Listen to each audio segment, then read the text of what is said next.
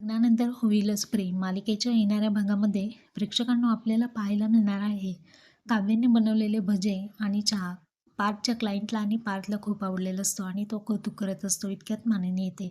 दुसरीकडे आपण पाहत आहोत की जीवाने बनवलेला काड्यांचा बंगला फुटलेला असतो. नंदिनी म्हणते, हा काड्यांचा बंगला तुम्ही बनवलेला होता, परंतु आनंद निवास हे तर माझं स्वप्न होतं आणि तुम्ही त्याच्यावरतीच पाणी फिरवलं, असं या दोघांचं सुरू असतं.